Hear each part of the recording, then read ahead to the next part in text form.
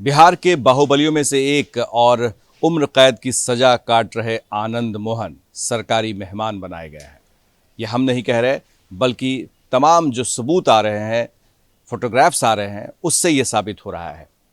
हालांकि इस पे 5 पुलिसकर्मियों को निलंबित कर दिया गया है, शोकॉज नोटिस जारी किए गए हैं।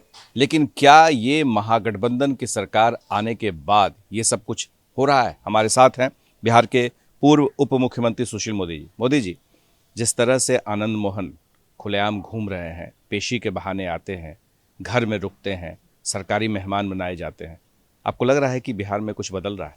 नहीं, देखिए, नीतीश जी अब इस तरह की घटनाओं को रोक नहीं पाएंगे। 5 पुलिसकर्मियों को निलंबित कर दिया, महीने बाद विड्रॉ हो जाएगा।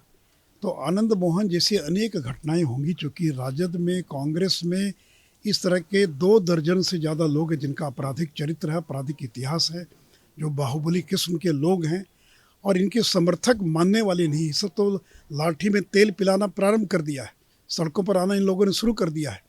तो आनंद मोहन तो केवल एक ट्रेलर है, एक शुरुआत है। उनके किनके पिता हैं वो? तो राष्ट्रीय जनता दल के विधायक जो उनके पिता हैं, और नीतीश जी से भी बहुत बढ़िया संबंध रहा उनको। तो कहीं ऐसा ना हो, इस बात की भी पूरी संभावना हो सकती है कि राष्ट्रीय जनता दल दबाव डाले कि आनंद मोहन को रिहा किया जाए। पहले से भी मांग होती रही है। तो नीतीश जी देखिए अब इस प्रकार की घटनाओं को रोक नहीं पाएंगे और कहते हैं कि भ्रष्टाचार से कोई समझौता नहीं करेंगे। और लालू जी से मिलने गए। लालू जी कौन है? जो 5 मामलों में सजा याफ्ता हैं। ललन जी गए मत्था टेकने के लिए। तो जिस ललन जी के कारण आज लालू प्रसाद यादव जेल के अंदर, जिनको बंद होना पड़ा, 5-5 मामलों में सजा याफ्ता है, और उनका दर्शन करके आए। तो अब तो महीने में मत्था एक बार लालू जी और ये नीतीश जी और ललन जी को मत्था टेकने के लिए जाना पड़ेगा। अगर सरकार चलाना है तो भ्रष्टाचार से तो आपको समझौता करना पड़ेगा। आपने एक 4 सीटेड व्यक्ति को राज्य का उप मुख्यमंत्री बना दिया, 24 घंटे में बुलेट प्रूफ कार दे दिया, 24 घंटे में आपने उनको Z+ सिक्योरिटी दे दिया। तो इसलिए देखिए, ये जो तो कह रहे हैं कि आपको भी दे सकते थे, लेकिन आपने मांगा ना। तो मांगने की जरूरत होती है क्या? कोई मांगता है क्या? और 24 घंटे के भीतर मांगा, आपने दे दिया। तो इसलिए देखिए वो दबाव में है। ये 75 विधायकों की बीजेपी नहीं है, ये 115 विधायकों वाला राष्ट्रीय जनता दल है, जिसके पास 115 विधायकों का समर्थन है। और ये जब चाहेंगे सरकार गिरा सकते हैं। अगर खुदा न खास्ते इनका स्पीकर बन गया, तो देखिए अभी क्या होता है, 25 तारीख को कौन बनता है स्पीकर। अगर राष्ट्रीय जनता दल का स्पीकर बन गया तब तो ये सरकार 24 तक भी पूरा नहीं कर पाएगी, क्योंकि इनको तो केवल 4-5 कम है। मांझी जी इधर भी जा सकते हैं, उधर भी जा सकते हैं। तो 114 + 4 18, 2 निर्दलीय 19 और 20, MIM का 1 और निर्दलीय, तो निर्दलीय कभी भी कहीं जा सकते हैं। तो 120, 123, 122 चाहिए। तो उनके लिए तो जनता दल को तोड़ना सबसे आसान होगा। और देखिए, मैंने कहा तो ये छटपटा गए कि देखिए जनता दल का भविष्य क्या है। या तो उनको विलय करना पड़ेगा राष्ट्रीय जनता दल में, या वो विलीन हो जाएंगे। विलय या विलीन, ये कोई परिवार वाली पार्टी तो है नहीं कि नीतीश जी के बाद भी कोई चला लेगा। ये कोई लालू जी, मायावती वाली पार्टी तो है नहीं। तो अगले 2 साल के बाद भविष्य क्या है इस पार्टी का? आपको लग रहा है कि जिस तरह से आनंद मोहन खुलेआम घूम रहे थे, उम्र कैद की सजा मिली हुई थी, और अब तक सरकार की तरफ से किसी तरह की पहल नहीं की जा रही है, कोई बयान नहीं आ रहा है, क्या आपको लग रहा है कि अनंत सिंह भी उन लोगों के साथी, पप्पू यादव वो भी उनके साथ में, तो ऐसे में क्या भविष्य दिख रहा है बिहार का? मैंने भविष्य तो आपने बता ही दिया ना। जो भविष्य है कि अनंत सिंह जेल से अब छूटेंगे, उनकी जो खाली हुई सीट, उसका बाई इलेक्शन होगा, कांग्रेस के टिकट पर चुनाव लड़ेंगे, गठबंधन के साथी हैं। पप्पू यादव की पत्नी तो जा चुकी हैं। तो इसलिए बिहार में पहले ही पप्पू यादव का इतना आतंक था, और अब तो सत्ता के संरक्षण में वो आतंक पैदा करेंगे। तो अनंत सिंह, आनंद मोहन, पप्पू यादव, सुरेंद्र यादव, तो आप अगर लिस्ट निकालेंगे तो ऐसे दर्जनों विधायक होंगे दोनों दलों के अंदर।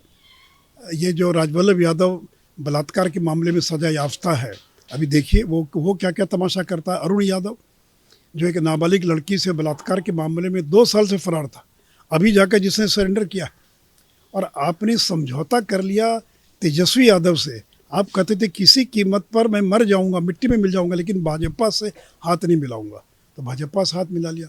फिर कहा कि कुछ भी हो जाए मैं भ्रष्टाचार से समझौता नहीं करूंगा, लालू जी से हाथ मिला लिया। अब तो उनको महीने में एक बार मत्था टेकने के लिए और लालू जी के दरबार में जाना पड़ेगा। नीतीश जी, कोई गुजारा नहीं है। ये अमित शाह, नरेंद्र मोदी नहीं जिन्होंने आपको बर्दाश्त कर लिया। कौन डीएम होगा, कौन एसपी बनेगा, पूरी लिस्ट आपके पास आएगी। और आप रवाब देख रहे हैं, जैसे कोई राजकुमार सत्ता में आए हैं, वो रवाब दिखाई पड़ रहा है तेजस्वी यादव का। तो इसलिए बिहार का आईआरसीटीसी का मामला कहाँ पहुंचा है? क्योंकि ललन सिंह कह रहे हैं कि अब तक तो ट्रायल भी शुरू नहीं हुआ है। नहीं, इसके बारे में ललन जी ज़्यादा बता सकते हैं कि ललन जी डे टू डे उसको ट्रैक कर रहे थे, इसलिए उनको मालूम है कि अब तक ट्रायल प्रारंभ नहीं हो पाया। उनको ये भी मालूम होगा क्यों नहीं प्रारंभ हो पाया। वो चाहते हैं कि जल्द से जल्द इसका ट्रायल प्रारंभ हो, ताकि अंतिम मुकाम तक वो मुकदमा पहुंचे। उनको मालूम है कि ये क्लोज एंड शट केस, यही ललन जी थे। नीतीश जी तो हम लोग से कहते थे कि सुशील जी इस केस में तो कोई बचने का सवाल ही पैदा नहीं होता, ये क्लोज एंड शट केस है। तो जो case close and shut case है, जिसमें राबड़ी देवी भी बेल पर हैं, तेजस्वी यादव भी बेल पर हैं, आप ही के कागजात पर मुकदमा दर्ज हुआ, और जब सीबीआई रेड हुई तो कहते हैं कि मुझे पता नहीं, सीबीआई वालों से पूछे, अरे कागज आपने दिया, आप उसकी ट्रैकिंग कर रहे थे, आप 2-3 महीना पहले तक उसके पीछे लगे थे कि ये मामला आगे क्यों नहीं बढ़ रहा है, ट्रायल क्यों नहीं शुरू हो रहा है। हमको बार बार कहते थे भाई कुछ कीजिए, ये क्यों नहीं मामला आगे बढ़ रहा है। आगे बढ़ेगा मामला? अब आगे बढ़ेगा कि नहीं बढ़ेगा वो तो जाने वो लोग।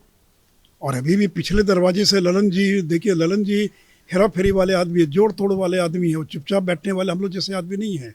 और नीतीश जी उनका भरपूर इस्तेमाल करते हैं और ललन जी उनका पूरा इस्तेमाल करते हैं। कैसे दोनों लोग एक दूसरे का कैसे इस्तेमाल करते हैं भाई, देखिए ललन जी को मंत्री नहीं बनाया गया, इस गुस्से में, इस जलन में उन्होंने इस गठबंधन को तोड़ने का मन बना लिया। तो जिस दिन आरसीपी सिंह मंत्री बने और ये नहीं बन पाए, उस दिन से आप देखिए ललन जी का जो हाव भाव, उनकी प्रक्रिया प्रतिक्रिया और सारा जो, तो उस दिन से मन बना लिया। और ललन सिंह क्यों नहीं बन पाया? आखिर उनकी राह में कौन रोड़ा था? रोड़ा थे नीतीश जी।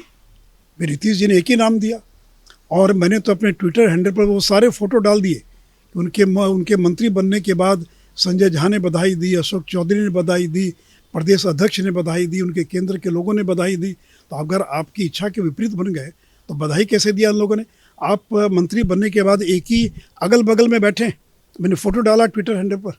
और जो जुलाई में हुआ था इनके राष्ट्रीय कार्यकारिणी की बैठक में, प्रस्ताव कौन लाया था? ललन यही लाए थे, आरसीपी सिंह। और किसी की हिम्मत है कि नीतीश जी की बिना इच्छा के मंत्री बना दे केंद्र में? तो ललन जी क्या पॉलिटिक्स नहीं, अगर बना दिया तो आपने क्यों नहीं उनका इस्तीफा लिया, क्यों नहीं बर्खास्त कर दिया पार्टी से, क्यों नहीं स्पीकर को लिख कर दिया चेयरमैन को कि इनकी सदस्यता खत्म कर दी जाए? अपने शरद यादव के खिलाफ में यही पिटीशन दिया कि ये महागठबंधन के नज़दीक जा रहे हैं, तो ये बीजेपी के नज़दीक जा रहे हैं, मेमोरी खत्म करा देते। इंतजार क्यों किया 19 महीना आपने इंतजार? नीतीश कुमार ये पॉलिटिक्स क्यों कर रहे थे आपके हिसाब से? अगर वो आरसीपी सिंह और ललन सिंह के बीच में पॉलिटिक्स था, जिसके पीछे उनकी क्या मंशा थी? मंशा तो देखिए एक ही दिखाई पड़ती है, उनकी रह रह कर प्रधानमंत्री के बनने की जो इच्छा है वो हिलोरे मारती रहती है। ऐसा नहीं कि पहली बार हिलोरे मार रही है, इसके पहले भी कई बार उनको लगा कि नरेंद्र मोदी कैसे बन जाएगा, तो गठबंधन तोड़ दिया, मैं भी मुख्यमंत्री, वो भी मुख्यमंत्री, गठबंधन तोड़ दिया। तो उनको लगता है कि अब बीजेपी के रास्ते में मुख्यमंत्री से आगे नहीं जा सकता। वहाँ पर अमित शाह और नरेंद्र मोदी रास्ता रोक कर खड़े हैं, वहाँ कोई गुंजाइश नहीं है राष्ट्रीय स्तर पर राजनीति करने की।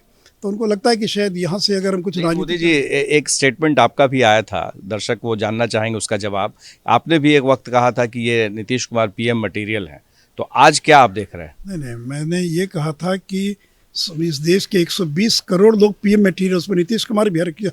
आप भी हो सकते हैं, हम भी हो सकते हैं। जब गौड़ा बन सकते हैं, देवगौड़ा, इंद्र गुजराल बन सकते हैं देश के प्रधानमंत्री, तो कोई क्राइटेरिया थोड़ी, कोई उसके लिए कोई पैरामीटर थोड़ी है कि कौन बनेगा। लेकिन सवाल है कि आपके पास सांसदों की संख्या कितनी? आप 45 विधायक नहीं जिता पाए। ममता बनर्जी कम से कम 170-80 विधायकों की मलकिनी तो हैं। अरविंद केजरीवाल की सरकार 2 राज्यों में है और दिल्ली में 3/4 के बहुमत के साथ मुख्यमंत्री हैं। आप तो नरेंद्र मोदी की कृपा से 45 पहुँचे, और 115 थे, घटकर 71 हो गए, घटकर 45 पर पहुँच गए, और आगे देखिए और घटेंगे। इनका तो देखिए लगातार जनाधार भी घट रहा है और लोकप्रियता भी घटती जा रही है। उसी का परिणाम है कि ये 45 पर पहुंच गए। तो इसलिए सपना देखने में, प्रयास करने में कोई हर्ष थोड़ी। सीएम तो नीतीश कुमार हैं और डिप्टी सीएम तेजस्वी यादव है, लेकिन जैसा आप बता रहे हैं कि संख्या के हिसाब से जो महागठबंधन पुराना था वो 115 के आसपास में, तो आपको लग रहा है कि तेजस्वी यादव डिप्टी सीएम बने रहेंगे? नहीं, देखिए हम लोग थे 75 और ये थे 45, अभी 115 और 50, इतना बड़ा गैप, इतना बड़ा अंतर है, तभी तो हैं डिप्टी सीएम। तो जब तक कोई नई घटना नहीं घटता तब तो बने ही रहेंगे। लेकिन नीतीश जी को भी मालूम है कि आईआरसीटीसी घोटाले का हश्र क्या होने वाला है। उसके बावजूद वो लगे हैं कि अपनी राजनीतिक जो राष्ट्रीय महत्वाकांक्षा है उनको मालूम है कि पीएम तो नहीं बन सकते, लेकिन कम से कम जोड़ तोड़ घूमना फिरना देश भर में चर्चा में तो बने रहेंगे। अभी तो बिहार तक सीमित थे, तो देश के बाहर कोई चर्चा नहीं होती थी जो है, तो अब तो कम से कम देश में घूम घूम कर वो लोगों को, मेढकों को एकजुट करने का प्रयास करेंगे। अरे कौन इकट्ठा होने वाला? ममता बनर्जी फेल कर गई, केसीआर फेल कर गए, अरविंद केजरीवाल फेल कर गए। आप भी प्रयोग करके देख लीजिए, नरेंद्र मोदी से मुकाबला करके देख लीजिए। आप तो कह रहे थे कि डिफेक्टो सीएम यहाँ पर होंगे। नहीं, डिफेक्टो सीएम तो देखिए है ही तेजस्वी यादव। भले ही मुख्यमंत्री नीतीश कुमार हों, लेकिन अब सरकार को डिक्टेट करेंगे तेजस्वी यादव। ये सरकार अब नीतीश जी नहीं चलाएंगे, दिखावे के लिए नीतीश जी होंगे, चेहरा होंगे नीतीश जी। ये बीजेपी की सरकार नहीं है, यानी बीजेपी गठबंधन नहीं है।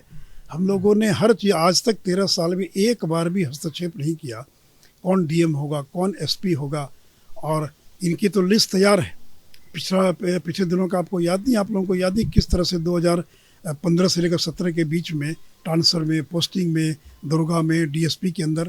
तो इसलिए 115 के मालिक उनको हमेशा हनक है इस बात की रहेगी कि मैं 115 का नेता हूँ और मेरे नाम पर ये सीटें आई हैं। ये तो नीतीश जी को 45 बीजेपी की बदौलत आई और उनको 115 आई अपनी बदौलत जो है। इसलिए बहुत फ़र्क है पहले की सरकार और इस सरकार में। आज 15 अगस्त को गांधी मैदान से नीतीश कुमार ने कहा कि 10 लाख क्या 20 लाख रोजगार की वो बात करेंगे। तेजस्वी यादव ने कहा था 10 लाख सरकारी नौकरी देंगे। आपको लग रहा है कि ऐसा हो पाए? देखिए ना, रोजगार और सरकारी नौकरी बड़ा खेल खेलने में माहिर है। नीतीश जी करें प्रयास करेंगे, फिर कभी रोजगार बोलते रहे, अब तो सरकारी नौकरी। हमने तो 2 करोड़ रोजगार की बात कही थी और 2.5 करोड़ से ज़्यादा लोगों को प्रति वर्ष केंद्र की सरकार रोजगार दे रही है, 2.5 करोड़ से ज़्यादा। लेकिन आपने तो सरकारी नौकरी की बात कही, आपने रोजगार की बात नहीं की है। रोजगार तो अनऑर्गेनाइज सेक्टर में भी होता है। अगर साफ साफ कह नहीं रहे, क्योंकि तेजस्वी यादव ने तो कहा था कि 10 लाख सरकारी नौकरी देंगे। मैंने कहा था कि 10 लाख सरकारी नौकरी, 4.5 लाख रिक्तियों को भरेंगे। कहाँ 4.5 लाख रिक्तियां बता दें, बताएं नीतीश जी। और 5.5 लाख नए पद सृजित कर उनकी बहाली करेंगे। 10 लाख सरकारी नौकरी। इसलिए नीतीश जी 10 लाख या 20 लाख रोजगार की बात नहीं है। और हम लोगों ने जब वायदा किया था तो हम लोगों ने नौकरी नहीं कहा था, हम लोगों ने बिहार में भी 19 लाख रोजगार की बात कही थी। और आज अगर केंद्र की सरकार 35 करोड़ लोगों को अगर ऋण मिला है मुद्रा योजना के तहत, तो क्या उसे रोजगार पैदा नहीं हुआ? क्या अगर हम लोगों ने लाखों करोड़ रुपया सड़क, पुल, पुलिया, एयरपोर्ट, जलमार्ग पर खर्च हो रहे हैं, तो क्या रोजगार पैदा नहीं हो रहा? तो हमने रोजगार पैदा करने की बात की थी और मैं तो दावा करूँ कि 2 करोड़ क्या, हम तो 2.5 करोड़ से ज़्यादा रोजगार पैदा करें। और पार्लियामेंट के अंदर सरकार ने दर्जनों बार इसका जवाब दिया। लेकिन आज वो कह रहे थे कि बिहार का देश में जनसंख्या नियंत्रण कानून की जरूरत नहीं है। आपको लगता है कि आप लोग इसके? अभी देखिए, मैं इस पर अभी कुछ नहीं कहूँगा जनसंख्या नियंत्रण पर कानून बनना चाहिए कि नहीं बनना चाहिए, लेकिन अभी मुद्दा रोजगार का है और जो रोजगार के मुद्दे पर उसमें एक कटघरे में खड़े रहेंगे। और हमारा जो युवा मोर्चा है वो लगातार इस बात को लेकर सड़कों पर रहेगा कि 10 लाख सरकारी नौकरी दो। और हमारा किसान मोर्चा जो है, ये ऋण माफ़ी की बात कही इन्होंने अपने मैनिफेस्टो में, ऋण माफ़ कीजिए किसानों का, जो किसान क्रेडिट कार्ड पर जिन लोगों ने ऋण लिया है। तो ऐसे अनेक मुद्दे जो आगे आने वाले दिनों के अंदर दिखाई पड़ेंगे। ये तो अभी ट्रेलर है, क्या करने वाले हैं नीतीश कुमार? तेजस्वी यादव क्या सरकार में हावी रहेंगे? डिफेक्टो सीएम के तौर पर उन्हें विरोधी पार्टी के नेता सुशील मोदी देख रहे हैं। मत्था टेकने जाएंगे ललन सिंह और नीतीश कुमार लालू यादव के दरवाजे पर? ये तमाम सवाल हैं जिसका जवाब आना अभी बाकी है। हमारे सहयोगी शैलेश के साथ प्रकाश कुमार, एबीपी न्यूज़, पटना।